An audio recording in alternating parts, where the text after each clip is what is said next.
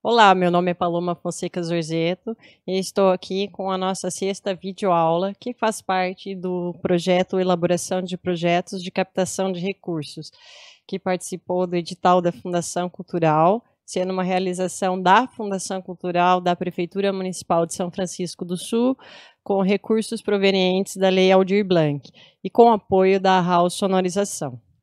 A aula de hoje, nós vamos abordar a captação de recursos em projetos, como ela funciona, né?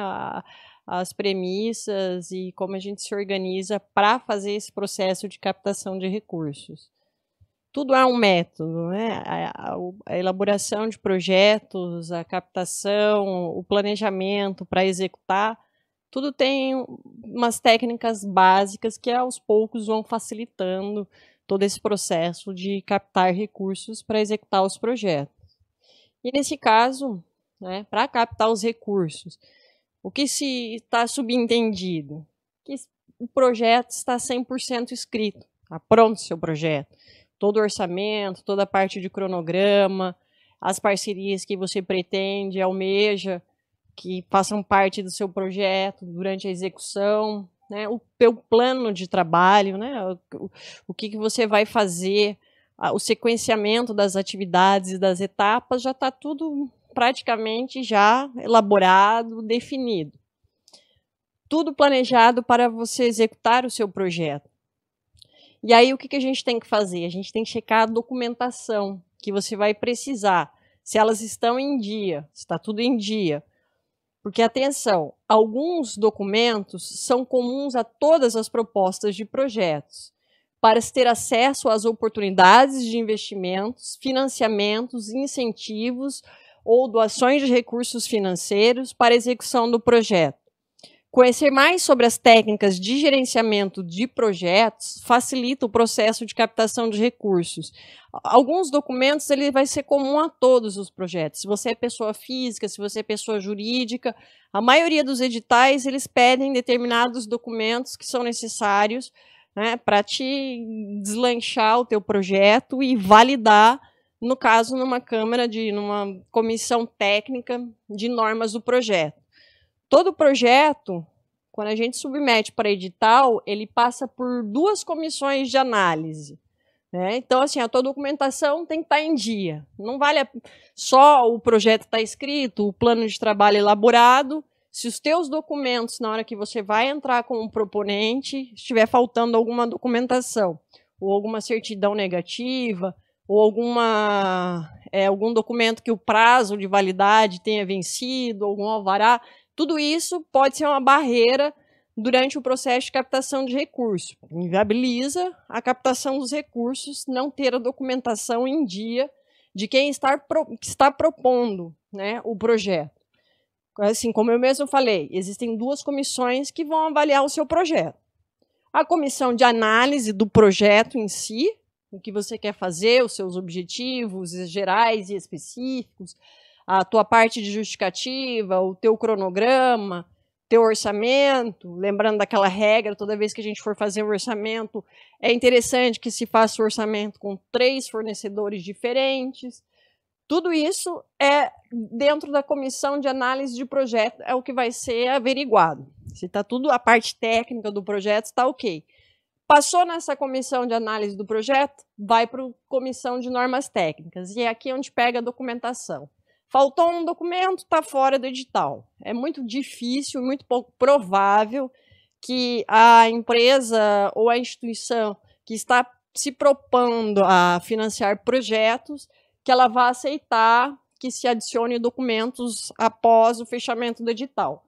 Isso, na maioria das vezes, não acontece. Então, às vezes, por causa de um documento, o projeto pode acabar ficando de fora da participação do edital. Então, assim, atenção, de nada adianta tirar 10 na comissão de análise do projeto e ser desclassificado na comissão de normas técnicas por não apresentar a documentação completa e dentro do prazo exigida para a submissão do seu projeto. Isso é tão importante quanto ter um projeto bem escrito, é ter a documentação em dia. O seu capital social. O seu capital social é o up que você vai dar na captação de recursos financeiros para a execução dos projetos. Ela vai beneficiar e facilitar o acesso e despertar o interesse dos investidores. O que é o capital social? As parcerias, os termos de cooperação técnica, os termos de anuência, termo de aceite das instituições que você quer que faça parte da execução do seu projeto, que você quer que seja parceira ou cooperada, que tenha a marca vinculada ao seu projeto. Isso a gente faz antes de sair na captação do recurso. Tendo o projeto escrito, o projeto elaborado, o que a gente vai fazer? Vai buscar essas parcerias e formalizar. Se a gente já manda o projeto com isso formalizado, metade do caminho já está andado, porque a instituição proponente ela vai estar demonstrando o quê? Que ela tem credibilidade, que ela tem um bom relacionamento com as pessoas da comunidade, onde está inserido o projeto. Tudo isso é levado em consideração quando se apresenta um projeto já com um capital social formado. O que são isso? São as instituições que vão estar com você do começo ao fim do projeto. Eu preciso ter isso documentado. Então, eu faço um termo de parceria com uma escola, eu tenho que estar com isso assinado pela direção da escola. Se eu faço um termo de parceria com a Fundação Cultural ou um termo de cooperação técnica, da mesma maneira, tudo isso eu anexo junto com a documentação que eu vou mandar para o projeto. Isso facilita muito a captação de recursos. Você já ter esse capital em mãos, ao invés de só mencionar no edital, caso seja aprovado, haverá parceria com uma outra instituição, com uma secretaria municipal ou com uma escola. Quando você já leva isso pronto, é meio caminho andado, porque você vai estar demonstrando tanta credibilidade como confiabilidade e também, óbvio, né, que você tem capacidade técnica e operacional para fazer aquilo. Atenção! Existem vantagens de formalizar o capital social do seu projeto. Transmite, como eu disse antes, né, credibilidade e capacidade técnica e operacional da equipe do projeto. Mobiliza o interesse de investidores por conta da quantidade de pessoas e instituições diretamente envolvidas como as partes interessadas no seu projeto. Como eu falei antes, né, as parcerias, cooperações técnicas mobilizadas, né, pelo seu projeto, as instituições que vão dar anuência ao seu projeto, os termos de aceite, tudo isso é muito importante quando a gente pensa em trabalhar com execução de projetos, já ter mais ou menos determinado com as assinaturas, né, das autoridades que vão fazer parte também como representantes, dentro das instituições que você quer associar o teu projeto. Tudo isso facilita e muito. Eu diria para vocês que se você vai trabalhar com captação de recursos incentivados, é interessante fazer isso. Antes de escrever lá o projeto na plataforma do Salic, já ter também essa documentação em mãos, né? Os ajustes e as formalizações, tudo documentado para você anexar também. Tá? Facilita e muito a captação de recursos. Algumas empresas privadas, às vezes, elas dão mais importância ao capital social, às pessoas, às partes interessadas no projeto, do que propriamente o projeto em si. Então, é muito importante isso aqui. Isso é uma dica que eu estou dando dentro dessa área de captação de recursos. Façam isso, né? Façam documentação para já ter esse capital formado. Não deixa para fazer isso quando captar o recurso, porque às vezes você acaba não conseguindo captar o recurso por não ter isso.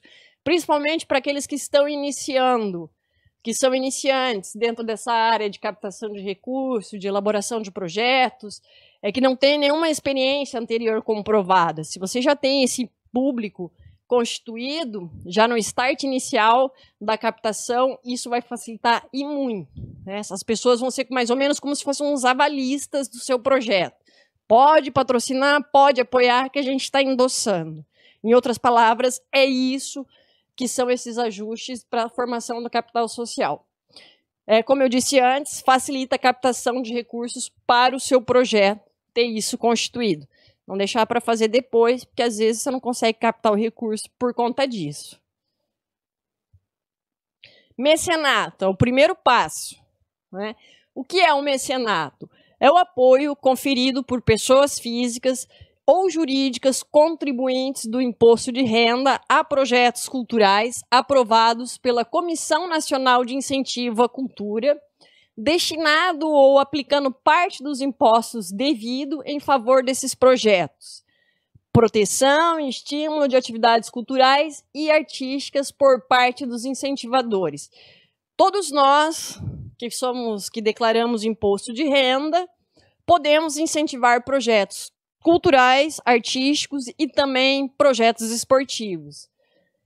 É a questão da dedução fiscal. Eu posso destinar 4% do meu imposto de renda, mesmo sendo pessoa física, para algum projeto cultural da cidade de São Francisco do Sul. É uma cultura do incentivar e do doar. É isso que a gente tenta mobilizar quando está falando de incentivo a projetos. Às vezes aquele 4% pode ficar retido aqui no município se as pessoas físicas e as pessoas jurídicas adquiriram o hábito de todo ano, quando forem lá fazer declaração de renda, do imposto de renda, destinar lá 4% dos impostos para a execução de projetos na cidade de São Francisco do Sul, tanto na área de cultura, quanto na área de artes e de esportes. Dica de ouro que eu vou dar. A maioria dos projetos em editais culturais, na atualidade, pedem que o projeto já tenha uma aprovação orçamentária através da Lei de Incentivo à Cultura, essa lei federal. Então, tem uma plataforma específica, um sistema próprio para você inscrever o teu projeto. É o Sistema de Análise da Lei de Incentivo à Cultura, é o SALIC.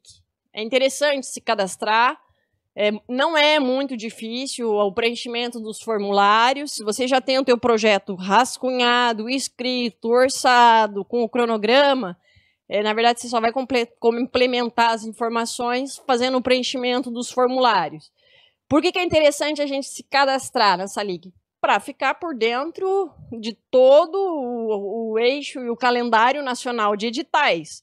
Hoje, na atualidade, é muito difícil você conseguir captar recursos na área da cultura e na área das artes sem ter aprovação orçamentária. Os próprios editais já pedem isso. O número, né, do PRONAC, que é um número que, quando você tem a aprovação do seu orçamento, do seu projeto lá no sistema, né, da SALIC, você recebe um número e esse é o teu número de identificação do teu projeto aprovado.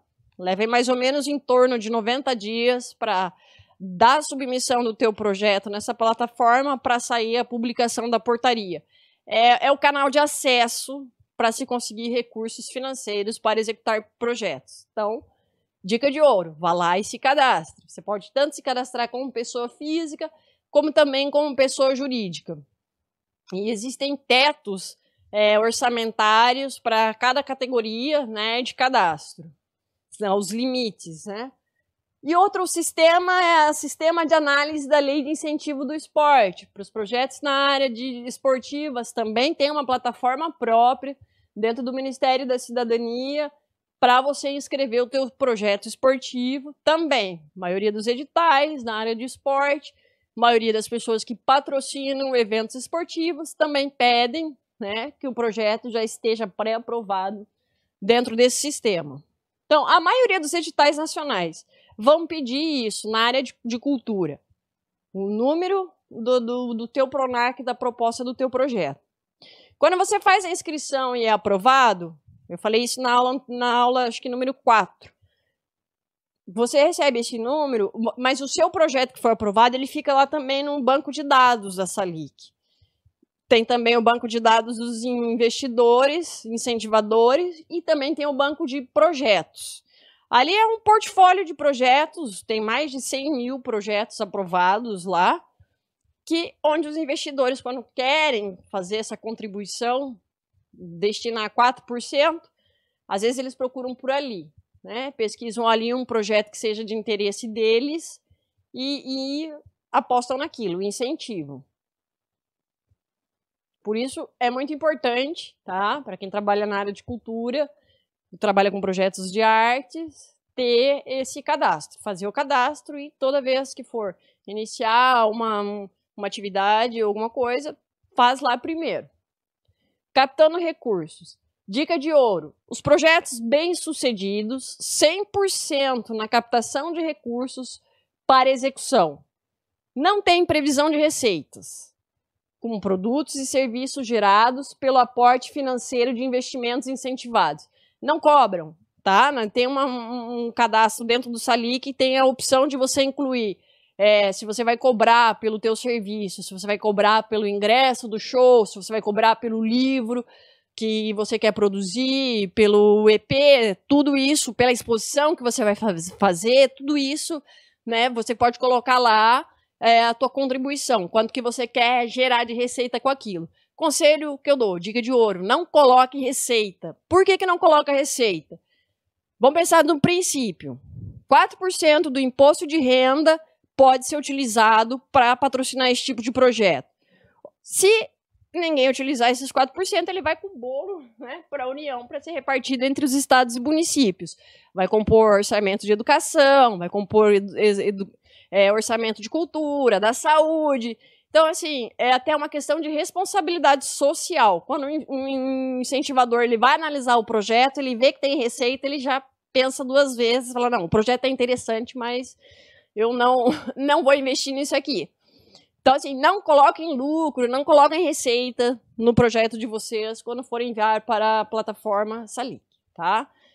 Vou fazer uma analogia aqui. Se eu vou lá no posto de saúde, na estratégia de saúde, fazer algum atendimento, lá não tem caixinha para eu colocar dinheiro, não.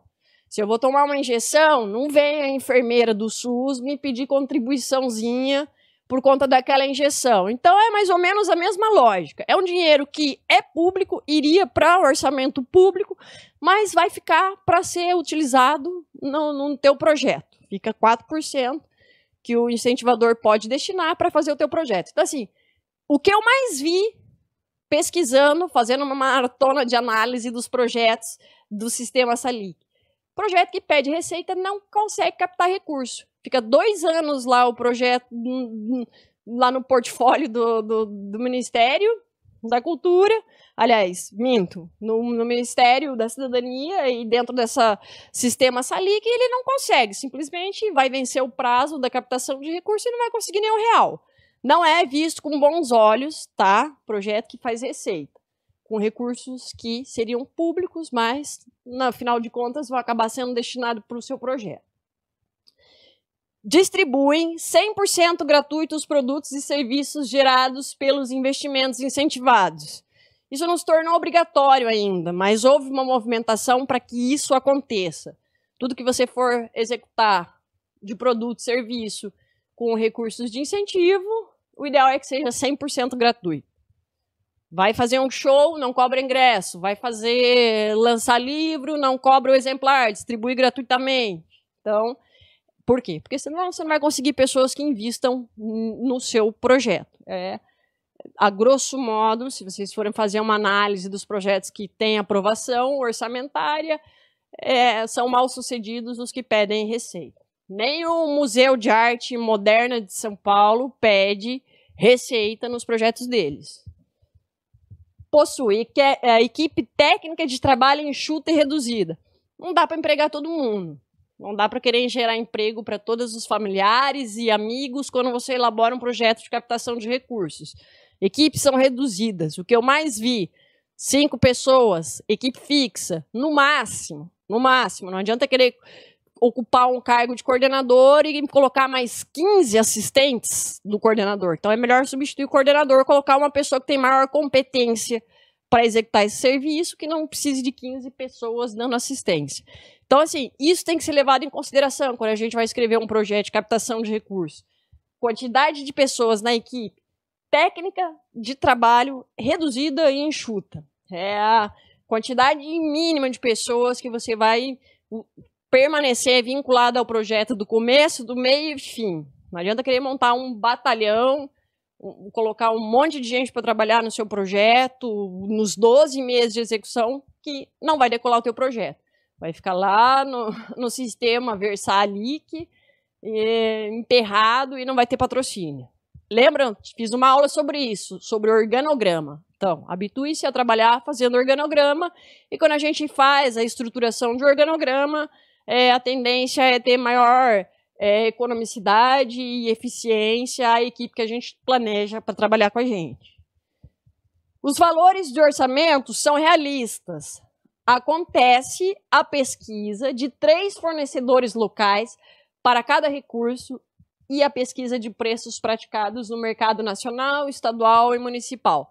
Então, assim, eu não chuto o meu valor de contratação, eu faço uma pesquisa antes de outras pessoas que executam o mesmo serviço, eu orço com essas pessoas também.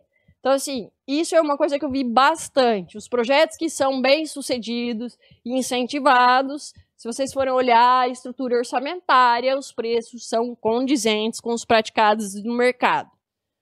Não decola colocar coordenador cultural 30 mil reais por mês. Esse tipo de projeto não decola, né? Então, assim, tem um valor, um piso salarial dessa categoria, que é praticado no estado, que é praticado a nível nacional, então isso aí tem que ser orçado também, além desses, o que é feito no teu local, no teu território, né? Sempre o valor mais baixo a gente coloca dentro do orçamento.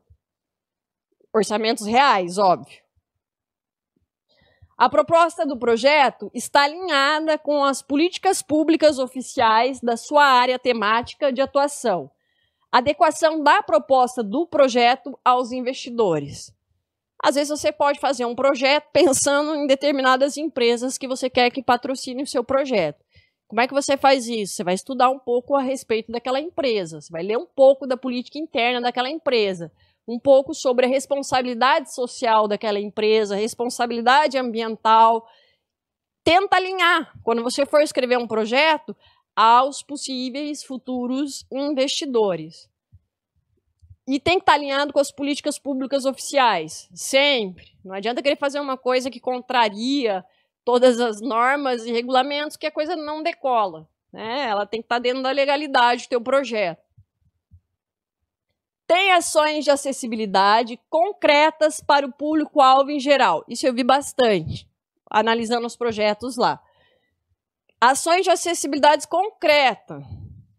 Tem lá intérpretes de sinal de Libras, tem inscrição de materiais, tudo que é gráfico, em braille, né? Se você vai explicar uma exposição, alguma coisa, você procura também dar acessibilidade para as pessoas que necessitam desse suporte, as rampas de acesso, se não tem, você providencia. Então, assim, a gente sempre tem que ter em mente que a acessibilidade é uma obrigação de todos, né? Essa lei ela entrou em vigor já faz bastante tempo e, infelizmente, nos nossos espaços públicos a coisa não chegou tão rápido assim. Então, assim, o que a gente tem que fazer em acessibilidade? Tornar acessível o nosso projeto às pessoas que necessitam de suporte audiovisual, no caso, se ela tem alguma deficiência auditiva, se ela tem alguma deficiência visual, ou mesmo de locomoção, tudo isso a gente tem que prever. Não adianta só colocar lá que o lugar onde eu vou fazer o meu projeto tem rampa de acesso e portas dos sanitários que seja possível, né, a entrada e saída sem dificuldade de uma pessoa cadeirante, de uma pessoa com andador ou com muleta, nada disso. A gente tem que criar as condições reais de acesso. Vai fazer uma peça teatral, você tem que inserir também o público, né, que quer participar e que, no entanto, é portador de necessidades especiais. Então, isso tudo a gente coloca em acessibilidade.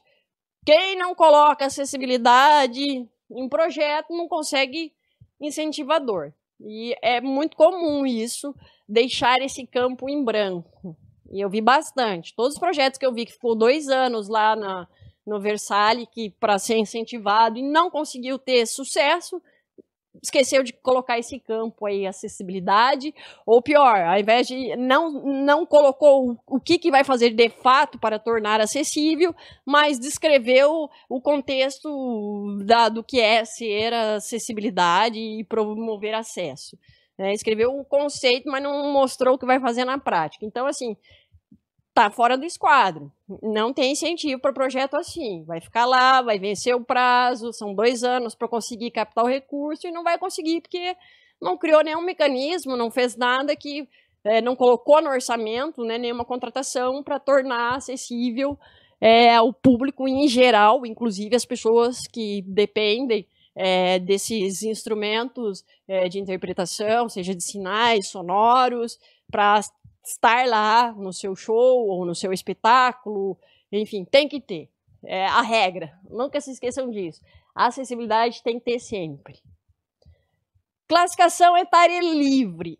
Esses não batem na trave. Se você quer fazer um projeto de um documentário ou um projeto de musical, de dança e entrou na classificação etária acima de 18 anos, não agrada muito quem vai incentivar. A maioria prefere incentivar projetos de classificação etária livre. Desde uma criança até uma pessoa idosa vai poder participar daquele projeto, ou da oficina, ou assistir a peça teatral, ou ouvir, né, o som, a música do artista, sem restrições nenhuma em relação a isso. Então, assim, tentem escrever projetos que a classificação etária inclua todas as faixas etárias, sem exceção. Projetos bem-sucedidos também são respeitados os princípios da eficiência e economicidade na gestão dos recursos incentivados, que seriam recursos públicos, né? Eles deixam de ser público porque ele vai incentivar o teu projeto. E você tem um compromisso público de fazer o que está escrito ali acontecer de fato. Princípio de eficiência e economicidade. Orçamento. Se o teu orçamento não está de acordo com o piso praticado no mercado estadual, nacional e municipal, ou é muito superfaturado ou abaixo dos valores de mercado, pouco provável que você vai conseguir captar os recursos. E aquilo que eu falei em um exemplo anterior, não adianta querer colocar uma pessoa para trabalhar e cobrar um salário gigantesco para ele prestar aquele serviço e contratar mais 15 assistentes para aquele cidadão. Cadê a eficiência e a economicidade? Isso aí tudo também é visto por quem incentiva projetos, pelas grandes empresas, pelas pessoas que têm o hábito anual de incentivar projetos, pessoas físicas. Se vocês acessarem a plataforma, vocês vão ver que tem lá um hall de incentivadores, não só empresas, como pessoas que anualmente deduzem 4% e vão lá, escolhe ali no universo lá de mais de 100 mil projetos que estão lá acessíveis e disponíveis para serem incentivados. Eles vão aonde? Eles vão nos que são mais eficientes e econômicos. Os que fazem mais ações, entregam mais resultados e mais produtos, com equipes mais reduzidas, enxutas, com pouco desperdício de recursos, que não tenha retrabalhos. Às vezes a gente não peca na hora de fazer o cronograma e quando cai na análise de um gerente de projeto, ele vai olhar aquilo e vai assim, não, isso aqui vai dar retrabalho nessa fase. Tudo é técnica. Então, assim, a escrita do projeto, ela envolve um pouco dessa técnica de gerenciamento de projetos. Então, a gente tem que ter esse cuidado, né? Não adianta querer viajar de ônibus e de avião e fretar um trem para levar uma equipe gigante, porque daí, de repente, a pessoa que está analisando o teu orçamento vai falar, nossa, mas eles poderiam ter feito de outra maneira. Não vou patrocinar isso aqui. Muito desperdício de recurso. Enfim, então a gente tem que sempre ser mais eficiente e econômico todas as vezes que a gente for escrever um projeto cujos recursos vão ser incentivados. Tem previsão de ações concretas de democratização para o público-alvo do projeto. Democratização é um item obrigatório para você colocar lá no seu projeto.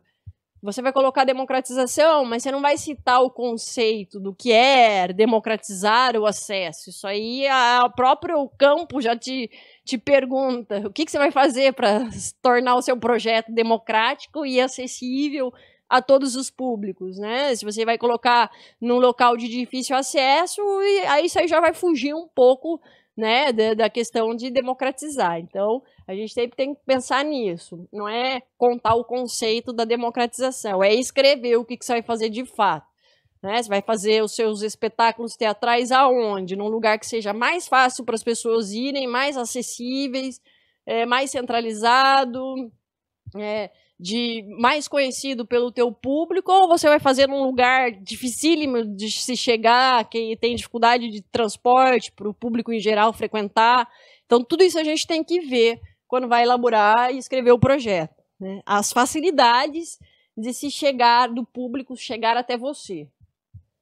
Tem capital social demonstrado, formalizado, com documentos, todos esses compromissos pactuados. Eu falei isso anteriormente.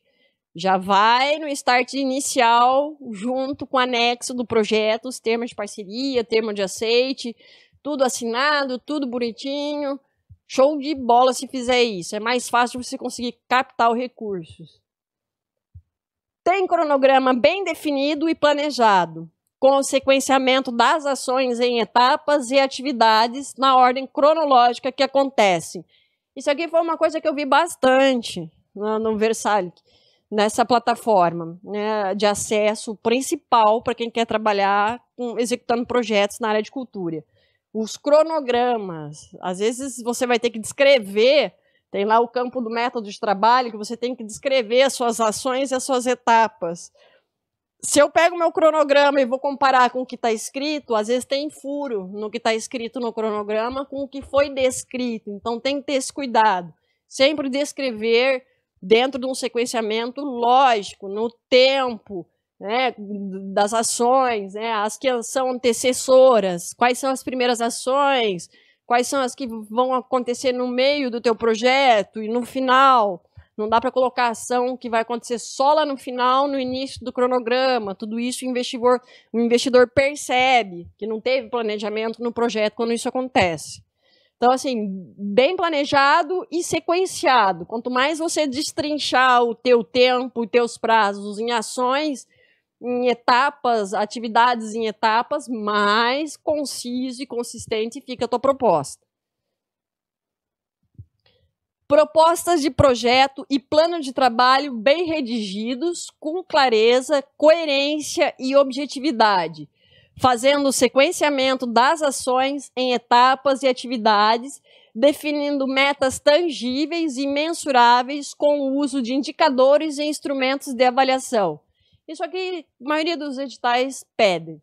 Teus indicadores e o que você vai usar para avaliar se você está conseguindo atingir o teu objetivo do teu projeto. A clareza, você sentou, se debruçou, conversou com outras pessoas, elaborou um projeto viável, realizável, que dá para medir, né, que dá para ter um começo, um meio e fim, não é uma coisa indefinida, tudo isso, e você fez teu plano de trabalho dentro daquela tua proposta de projeto, destrinchou mais, né, a tua proposta de projeto, o teu cronograma, as contratações, as mobilizações, as etapas, né, do seu projeto, tudo isso assim, com muita clareza e conciso, não escreveu na louca. Eu sentei, planejei, conversei com outras pessoas, fui fazendo os ajustes, então tá aqui, eu tenho indicadores e eu vou ter os meus instrumentos para avaliar se o que eu estou fazendo está dentro daquilo que eu fiz na minha proposta inicial, que é entregar aqueles objetivos específicos.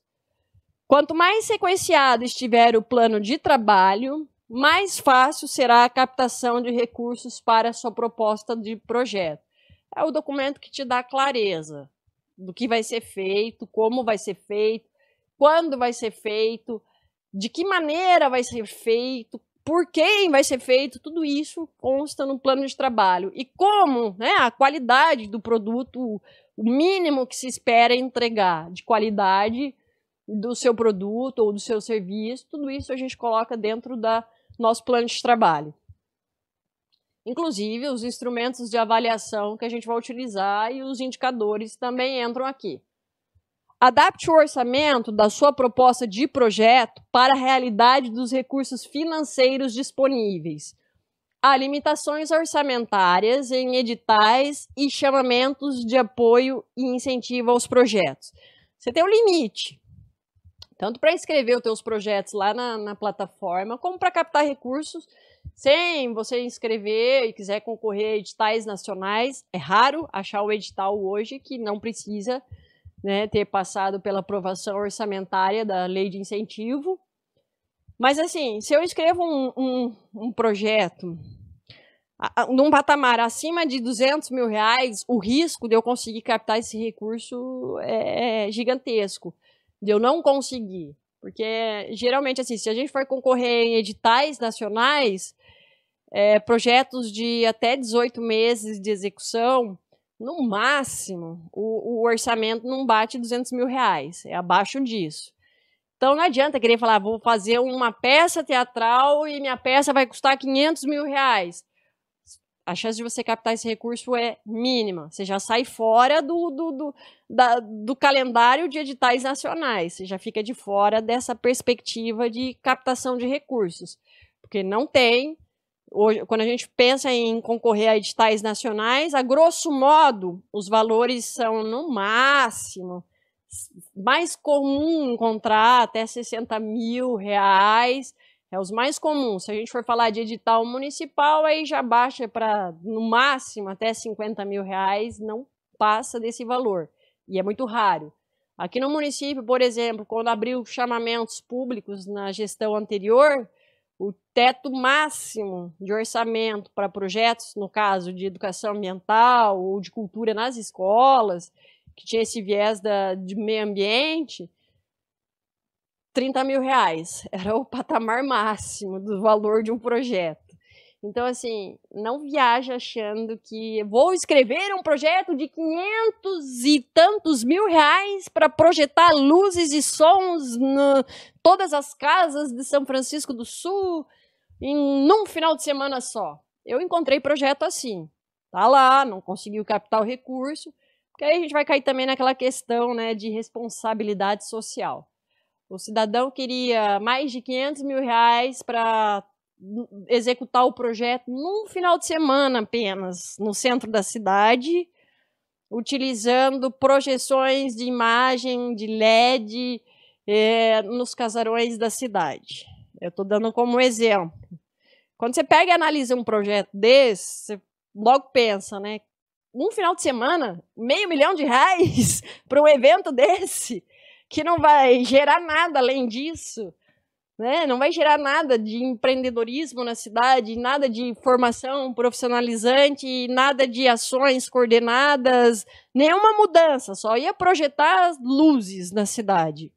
Por R$ 512.000, o investidor, quando vê um projeto desse, ele começa a calcular tudo que ele poderia fazer com esse valor, né? Quantas pessoas ele poderia formar num curso técnico aqui dentro da cidade, né? Quantos cursos técnicos ele poderia investir com esses valores. Então, assim, a gente tem que ser realista. Não adianta querer achar que vai extrapolar teto e vai conseguir o recurso, porque não vai. Um projeto desse está fadado a fracasso. Tá? Se a gente passa de R$ 200.000, a chance de captar o recurso é mínima.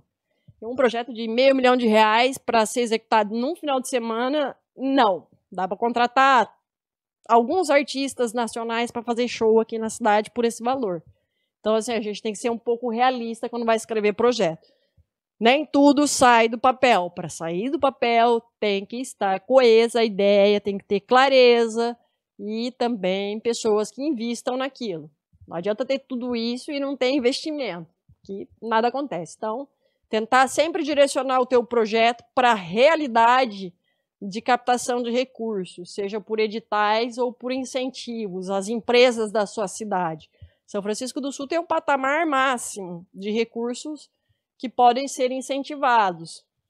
Quando eu falo disso, eu estou falando das empresas privadas que tem um lucro real. As de lucro presumido não tem como incentivar projetos. Então, assim, eu sabendo quem são as empresas de lucro real da minha cidade, eu posso ter mais ou menos uma estimativa de até quanto é o piso dos meus projetos, se eu for utilizar esse tipo de incentivo. Voltando aqui, adapte o orçamento da sua proposta de projeto, como eu falei antes, para a realidade dos recursos financeiros disponíveis. Então, não adianta extrapolar orçamento. Pode ser aprovado lá. Eu vi projeto de 25 milhões lá aprovado. Mas o projeto valia 25 milhões, mas foi aprovado 12 milhões só. E no final das contas, essa grande instituição da cultura, ela em 2 anos ela conseguiu captar 8 milhões.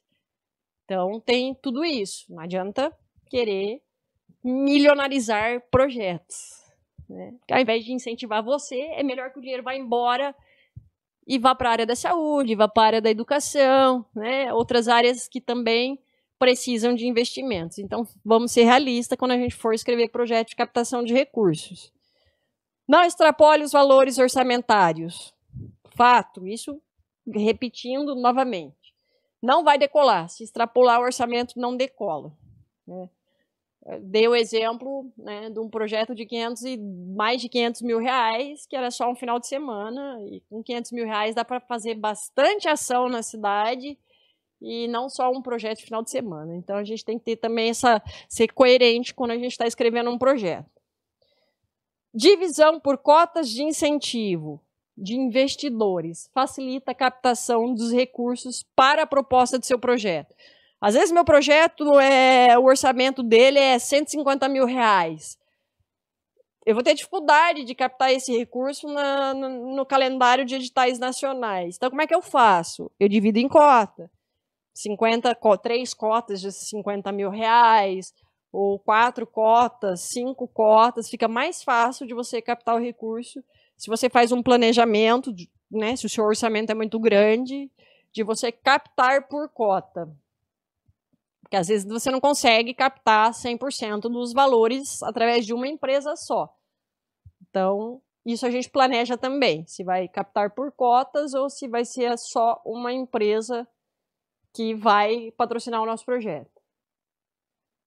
Bom, então, sobre a questão da captação de recursos, o que vai te dar maior facilidade, frisando aqui, ao projeto bem escrito, plano de trabalho bem elaborado, documentação em dia, capital social constituído e projeto realista, econômico, eficiente. Às vezes as ações mais simples são as que melhores resultados elas acabam tendo. E às vezes você escreve um projeto que ele é muito grande, que quando você olha para ele, você se pergunta, será que eu coloquei vários projetos em um só? Será que eu consigo desmembrar isso e diminuir em projetos menores? Às vezes é mais coerente a gente fazer isso, pegar um projeto que o orçamento dele é muito alto e dividi-lo, né, em outros subprojetos e buscar captar os recursos dessa maneira, né, como se fosse um programa com vários projetos associados, do que tentar captar o montante inteiro. Então, pessoal, por hoje é só e eu espero que vocês tenham gostado dessa nossa aula sobre captação de recursos. Não é difícil, tem técnica.